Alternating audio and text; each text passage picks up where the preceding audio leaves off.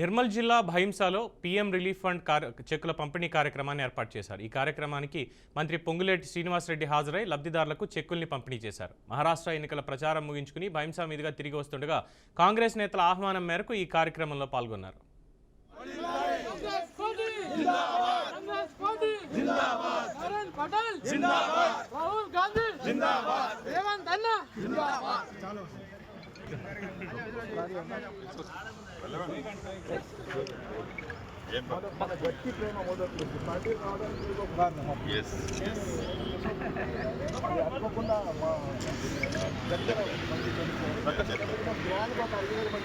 శ్రీనివాసరెడ్డి గారి నాయకత్వం, సీతక్క గారి నాయకత్వం, రేవంత్ రెడ్డి గారి నాయకత్వం, నరేంద్ర పటేల్ నాయకత్వం.